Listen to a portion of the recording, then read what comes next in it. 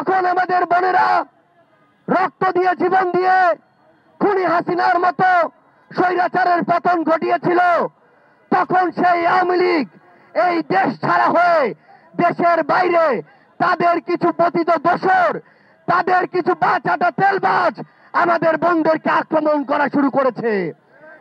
কারণ তারা জানে আমাদের বোনেরা যদি তাদের বিরুদ্ধে দাঁড়ায়, আমাদের বোনেরা যদি তাদের কণ্ঠস্বর সোচ্চার রাখে, তাহলে এই বাংলাদেশে ওই খুনিদের আর কোনো জায়গা হবে না।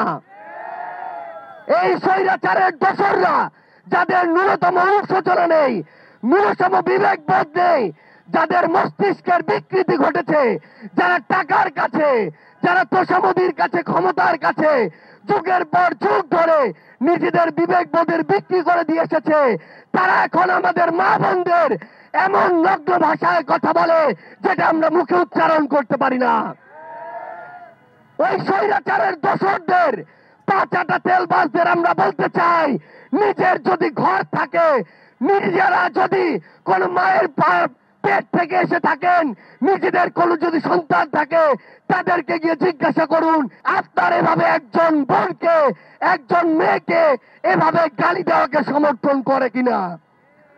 আমরা স্পষ্ট করে বলি, এই বাংলাদেশে, এই বাংলাদেশের বাইরে যে আওয়ামী লীগের দোসররা, খুনিরা এভাবে আমাদের বোনদেরকে অশ্রাব্য ভাষায় গালি দিয়ে তাদের মনোবলকে নরম করতে চায়, তারা মনে রাখুক আমাদের বোনেরা তাদের বিরুদ্ধে আরো শক্ত প্রাচীর হয়ে আগামীতে নামবে ইনশাআল্লাহ।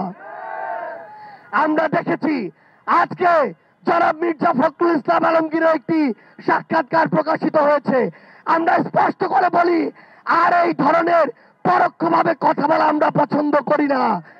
আমরা তাদের কাছে জানতে চাই, তারা ক্ষমতায় আসার জন্য জনগণের আস্থা যখন প্রতিনিয়ত হারাতে বসেছে, তখন কি আবার তারা ভারতের সাথে নেগোসিয়েশন করে, তাদেরকে খুশি করে, আওয়ামী লীগকে পিঠ চাপড়ে জাতীয় পার্টির সাথে নেগোসিয়েশন করে তারা কি এই বাংলাদেশে নতুন করে ক্ষমতায় আসতে চায় কিনা? তাদেরকে মনে রাখতে হবে 2024-এর অভ্যুত্থান শুধুমাত্র শেখ হাসিনার বিরুদ্ধে ছিল না, 24-এর অভ্যুত্থান শুধুমাত্র ফ্যাসিস্ট আওয়ামী লীগের বিরুদ্ধে ছিল না, 24-এর অভ্যুত্থান আধিপত্য, এই যে বাংলাদেশে যে আধিপত্যবাদ জারি করেছিল ভারত, তাদের ওই আধিপত্যের বিরুদ্ধেও ছিল। সেই আধিপত্যবাদী ভারত যখন এখনো ক্ষমা চায়নি, যখন এই খুনি হাসিনাকে তাদের আশ্রয় রেখেছে, তাদের আশীর্বাদে এই বাংলাদেশে কোন দল আর ক্ষমতায় আসতে পারবে না।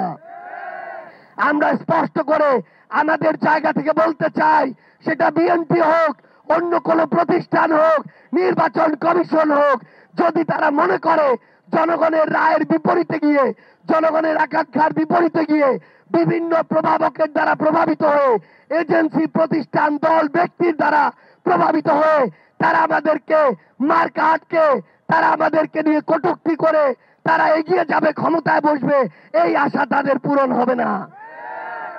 এরকম কটূক্তি ওই বিএনপিকে নিয়ে আজকে থেকে 1-2 বছর আগে আওয়ামী লীগ করত। এরকম কটূক্তি অন্যান্য অনেক বিভিন্ন ধরনের জুলুমের শিকার ব্যক্তি, দল, মানুষকে নিয়ে ওই আওয়ামী লীগ করত। কিন্তু তাদের আজকে কি অবস্থা, সেটা থেকে জনাব মির্জা ফখরুল ইসলাম আলমগীরকে শিক্ষা নিতে হবে, বিএনপিকে শিক্ষা নিতে হবে, বাংলাদেশে আগামীতে রাজনীতি করতে চাওয়া প্রত্যেকটা রাজনৈতিক দলকে শিক্ষা নিতে হবে। আমরা দেখেছি আমাদের বিপ্লবের অন্যতম যোদ্ধা, আমাদের বিপ্লবের রাজবন্দী, আমাদের সদস্য সচিব জনাব আক্তার হোসেনকে কিভাবে সেখানে অপদস্থ করা হয়েছে এবং অপদস্থ করার ক্ষেত্র তৈরি করে দেওয়া হয়েছে। আমরা ডক্টর ইউনূসকে বলতে চাই, আপনি যদি শুধুমাত্র নিজের প্রোটেকশন নিয়ে এগিয়ে যাওয়ার কথা চিন্তা করেন, তাহলে আগামীর বাংলাদেশের কোন গুরুত্বপূর্ণ বিষয় আমরা আপনার কাছে নিরাপদ মনে করি না। কারণ আপনার দিকে পুরো বাংলাদেশ তাকিয়েছিল, আপনার দিকে শহীদ পরিবার, অভ্যুত্থানের রক্ত দেয়া যোদ্ধারা তাকিয়ে আছে এখনো। আমরা স্পষ্ট করে একটা কথা বলি, পিঠ বাঁচিয়ে যে চলার স্বভাব দেখাবে, তার এই বাংলাদেশে আর পিঠ বাঁচিয়ে চলা হবে না। সবকিছুর উপযুক্ত জবাব দিয়ে সবকিছু জনগণের সামনে খোলাসা করে আগামীর বাংলাদেশে আপনাদেরকে চলতে হবে। আমরা স্পষ্ট করে বলি, আমরা আগামীর বাংলাদেশে যে কোনো ফর্মে রিফাইন্ড আওয়ামী লীগ এই বাংলাদেশে আমরা আশ্রয় পেতে দিব না। আমরা আগামীর বাংলাদেশকে রিফাইন বাংলাদেশের দিকে নিয়ে যাব, যেই বাংলাদেশে কোনো ফ্যাসিস্ট কিংবা ফ্যাসিস্টের দোসরের জায়গা হবে না। আমরা আপনাদেরকে স্পষ্ট করে বলি, আগামীর বাংলাদেশের নির্বাচন থেকে শুরু করে প্রত্যেকটি গুরুত্বপূর্ণ সিদ্ধান্ত, প্রত্যেকটি রাজনৈতিক দলের মত যদি জনগণের বিপক্ষে যায়, তাহলে জাতীয় নাগরিক পার্টি এনসিপি রাজনৈতিকভাবে রাজপথে গিয়ে তার প্রত্যেকটি জবাব দিবে। সে পর্যন্ত আপনারা সবাই এই বাংলাদেশ পন্থার পক্ষে থাকবেন, জনগণের পক্ষে থাকবেন, বিপ্লবের পক্ষে থাকবেন। ইনকিলাব জিন্দাবাদ, জাতীয় নাগরিক পার্টি এনসিপি জিন্দাবাদ।